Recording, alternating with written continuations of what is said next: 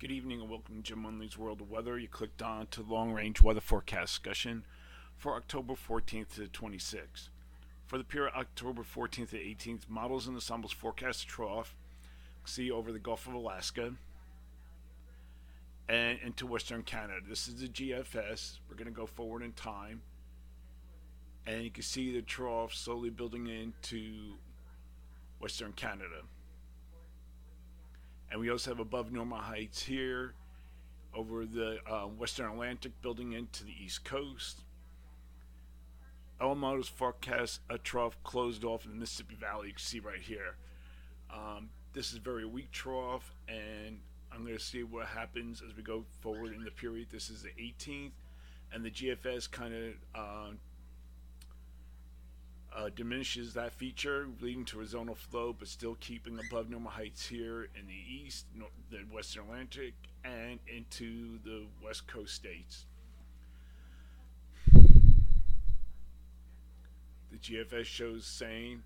Now the European holds on to this feature, and so the ensembles, and like the Canadian ensembles, have a very weak trough here, and with above normal heights with a nearly zonal flow. Heavy rainfall will accompany a front in the east. The Pacific jet charged with tropical moisture from the impacts of the typhoon out by Japan will cause heavy rainfall in the northwest into the northern divide. Go look at the period now for October 17th to the 21st. Here we are on the 21st. The GFS still has a weak trough here in the Mississippi Valley, and we have above normal heights continuing here and above normal heights across this region, and we have a trough here in the Gulf of Alaska building into Western Canada. That remains the same. The other models, except for the European, as we go to the 21st, still holds on to that trough and depicts like a above normal heights with a ridge here in the southwest covering much of the western U.S. and begins to really deepen this trough here, and that might be from the typhoon out in the western Pacific, the western Pacific, and that will cause this kind of a pattern. The GEFS is similar but is less amplified. As you can see, it's still almost a zonal flow. So during this forecast period, I am forecasting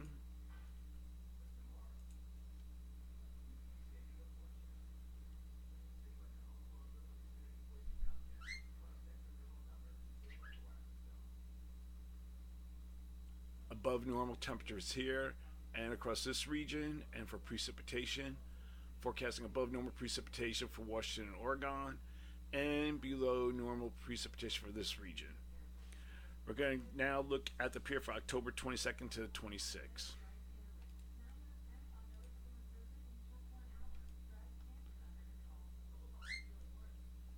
Here's the 22nd, the GFS. Now look what the GFS has. It has a ridge down here over the southeast Gulf Coast states with above normal heights across this area, and we still have a fairly deep trough or upper low over the eastern Pacific.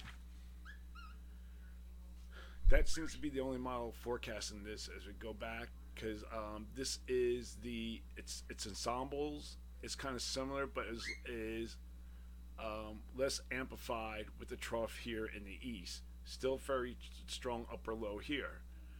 And the other models, the European ensembles still has that upper low, and the Canadian again is less amplified, but has the ridge further to the west over the Rocky Mountains in the central states, and we still have this upper low here. So during this forecast period, I am forecasting above normal temperatures for this region and along the east coast, and for precipitation, below normal precipitation is forecast across this area here.